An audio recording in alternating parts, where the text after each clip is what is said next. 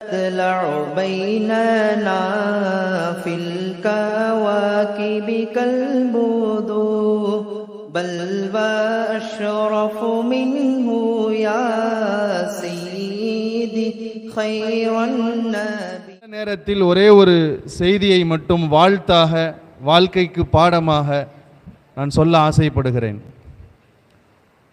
அல்லாஹு சுபஹானஹு வ தஆலா ஜக்கரியா அலைஹி வஸல்லம் அவர்கள் செய்த ஒரு துஆவை குர்ஆனில் குறிப்பிடுகிற பொழுது, ரப்பி ஹப்லி மின் லதுன்க ذُرِّيَّةً طَيِّبَةً, யா அல்லாஹ் பரிசுத்தமான சந்ததியை எனக்கு நீ வழங்குவாயாக என்று பிரார்த்தனை செய்கிறார்கள்.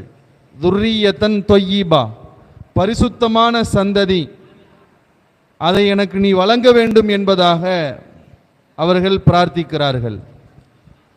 அல்லாஹுடைய அடியார்கள் எல்லோருடைய பிரார்த்தனையும் இதுவாகத்தான் இருக்க வேண்டும் என்று இன்னொரு குர்ஆன் வசனம் சொல்கிறது. யகூலூன ரப்பனா ஹப்லனா மின் அஸ்வாஜினா வ துர்ரியாத்தினா குர்ரத அயுனின், எங்களுடைய மனைவி மக்களையும் எங்களுடைய பிள்ளைகளையும் எங்களுக்கு கண்குளிர்ச்சியாக ரப்பே நீ ஆக்கித்தா என்று பிரார்த்தனை செய்யும் குர்ஆனில் அல்லாஹ் குறிப்பிடுகிறான். வரலாற்றிலே ஹஸ்ரத் இப்னு ஜியாத் ரஹ்மத்துல்லாஹி அலைஹி அவர்கள் இமாம் ஹசன் அல் பஸரி ரஹ்மத்துல்லாஹி அலைஹி அவர்கள்ட்ட ஒரு கேள்வி கேட்கிறார்கள் இந்த வசனம் குறித்து.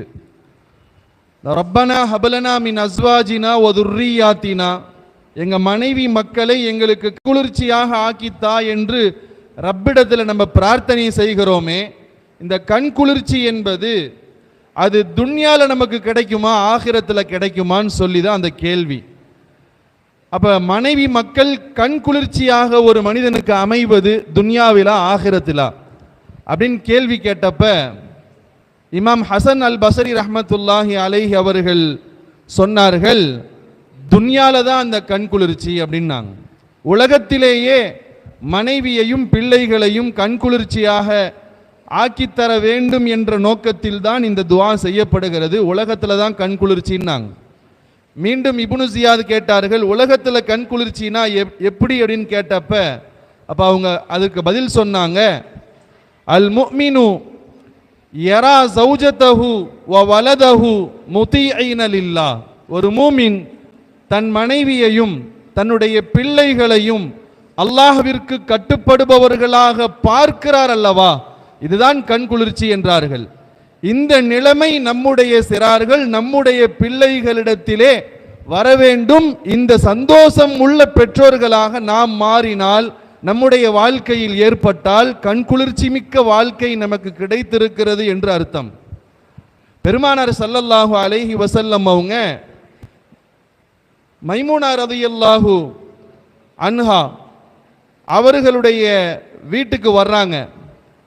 அப்ப அங்க அப்பாஸ் ரலியல்லாஹு இப்னு அப்பாஸ் ரலியல்லாஹு அன்ஹுமா அவர்களும் இருக்கிறாங்க. புகாரியிலே இடம்பெறுகிற ஒரு ஹதீஸ், நான் என்னுடைய ஹாலா மைமூனா ரலியல்லாஹு அன்ஹா அவர்களுடைய வீட்டில் இரவு நேரத்தில் இருந்தேன்.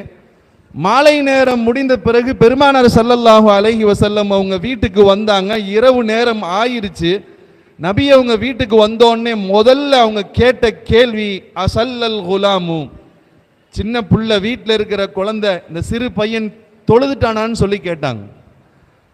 அப்ப இப்னு அப்பாஸ் பிற்காலத்தில் சொல்லுவாங்க, நபி ஸல்லல்லாஹு அலைஹி வஸல்லம் அவங்க அவ்வலு ஷைஇன் பதஅ பிஹி நபியு பஅத துகூலிஹி அல் பைத், வீட்டுக்குள்ள நுழைஞ்சதுக்கு பிறகு நபி அவர்கள் கேட்ட முதல் கேள்வி, என் குழந்தை வீட்டில் இருக்கிற அந்த சின்ன குழந்தைகள் எல்லாம் தொழுதுருச்சான்னு சொல்லி கேட்டாங்க.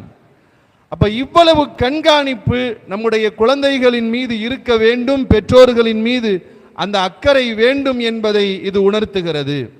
எனவே மார்க்கத்திலேயும் சரி உலகம் சார்ந்த விஷயங்களிலேயும் சரி நாம் நம்முடைய பிள்ளைகளின் மீது அந்த கண்காணிப்பு இருக்க வேண்டும் என்பதற்காக நான் சொல்லுகிறேன். அன்புமிக்கவர்களே, ஒரே ஒரு துணுக்கு செய்தியை இந்த பிள்ளைகளுக்கும் இந்த பிள்ளைகளை பெற்றெடுத்த பெற்றோர்களுக்கும் வருகை தந்திருக்கிற அன்பு தாய்மார்களுக்கும் பாடமாக இருக்கும் என்ற எண்ணத்தில் ஒரு செய்தியை நான் சொல்ல ஆசைப்படுகிறேன். நாம் கேள்விப்பட்டிருக்கிறோம், உமர் இப்னு அப்துல் அசீஸ், இரண்டாம் ஹலீஃபா என்று போற்றப்படுகிற உமர் இப்னு அப்துல் அசீஸ் ரஹ்மத்துல்லாஹி அலை, அவங்களுடைய தந்தை அப்துல் அசீஸ் இப்னு மருவான். அவங்க தன்னுடைய மகனை மதீனாவிற்கு ஒழுக்கம் படிப்பதற்காக, கல்வி படிப்பதற்காக வேண்டி அனுப்பி வைக்கிறார்கள். அப்படி அனுப்பி வச்சுட்டு ஆசிரியர் சாலிஹ் இப்னு கைசான்ட்ட போய் தன்னுடைய மகனை ஒப்படைச்சிட்டு, உமர் இப்னு அப்துல் அசீஸ் ரஹ்மத்துல்லாஹி அலைஹி அவங்கள ஒப்படைச்சிட்டு, இந்த பையனை நல்ல விதமாக கல்வி கற்றுக் கொடுத்து ஒழுக்கமுள்ள சீலராக உருவாக்கி நீங்கள் அனுப்ப வேண்டும் என்று கேட்டுக்கொள்கிறார்கள். சின்ன புள்ள, சின்ன வயசுல இருக்கும் பொழுது தொழுகையில ரொம்ப நீங்க இந்த பையனை பேணுதலாக பார்த்து கொள்ள வேண்டும் என்றும் கேட்டுக்கொள்கிறார்கள். அவங்களுடைய தகப்பனார், உமர் இப்னு அப்துல் அசீஸுடைய தகப்பனார், என் பிள்ளையை நீங்க தொழுகையில சரியாக பேணுதலாக தொலை வைக்க வேண்டும் என்றும் கூட ஆசிரியரிடத்திலே கேட்டுக்கொள்கிறார்கள். ஒரு நாள் தொழுகைக்கு தாமதமாக வருகிறார் இந்த சிறுவர். காரணம் கேட்டப்ப அவங்க சொன்னாங்க, கானத்து முரஜ்ஜிலத்தி துசக்கினு ஷஅரி, தலையெல்லாம் சீவி கொஞ்சம் என்னை அழகுபடுத்தி கொண்டு வர்றதுக்கு தாமதமாயிருச்சுன்னு சொல்லி சின்ன புள்ள பதில் சொல்லுச்சு.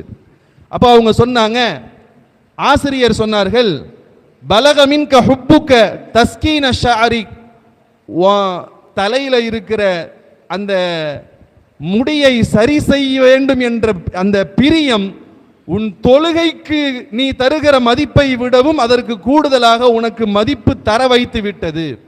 அப்போ உன் தலை முடியின் மீது இருக்கிற நேசம் தொழுகையின் மீதுண்டான அந்த மதிப்பை கெடுத்து விட்டது என்று கண்டித்து விட்டு, இந்த தகவலை பெற்றெடுத்த தகப்பன் உமர் இப்னு அப்துல் அசீஸுடைய தகப்பனாருக்கு, அப்துல் அசீஸ் இப்னு மருவானுக்கு சொல்லி அனுப்பினார்கள். அப்ப தகப்பனார் அங்கிருந்து எதுவுமே பேசல, ஆள் அனுப்பிச்சு விட்டாங்களாம். அந்த வந்த ஆள்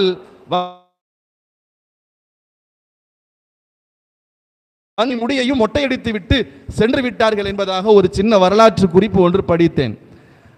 எதற்காக சொல்ல வருகிறேன் என்று சொன்னால், பிள்ளைகளின் மீது பெற்றோர்களுக்கு இருந்த அக்கறை அது குறைந்து வருகிறது. ஒரு ஆசிரியர் பள்ளிக்கூடத்தில் மக்தப் மதரசாவில் பிள்ளைகளின் மீது கவனம் செலுத்தினாலும் கூட வீடுகளுக்குள் இருக்கக்கூடிய பெற்றோர்கள் குழந்தைகளுடைய இந்த தீனுடைய விஷயத்திலேயும் சரி, அவர்களுடைய கல்வியிலேயும் சரி, பேணுதலும் அக்கறையும் உள்ளவர்களாக இருக்க வேண்டும் என்பதை நாம் ரொம்ப கவனிக்க கடமைப்பட்டிருக்கிறோம். வல்லோன் அல்லாஹ் எப்படி இந்த போட்டிக்காக வேண்டி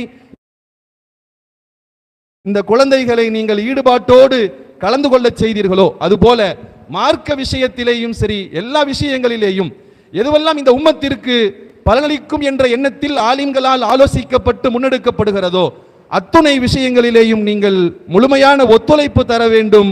குடும்பத்தில் இருக்கிற பிள்ளைகளையும் இஸ்லாம் சார்ந்த கோட்பாடோடு நீங்கள் வளர்க்க முனைய வேண்டும் என்ற ஒரு கோரிக்கையை இந்த நல்ல நேரத்தில் இந்த நிகழ்வின் மூலமாக தங்களிடம் நாங்கள் அன்பாக கேட்டுக்கொள்கிறோம்.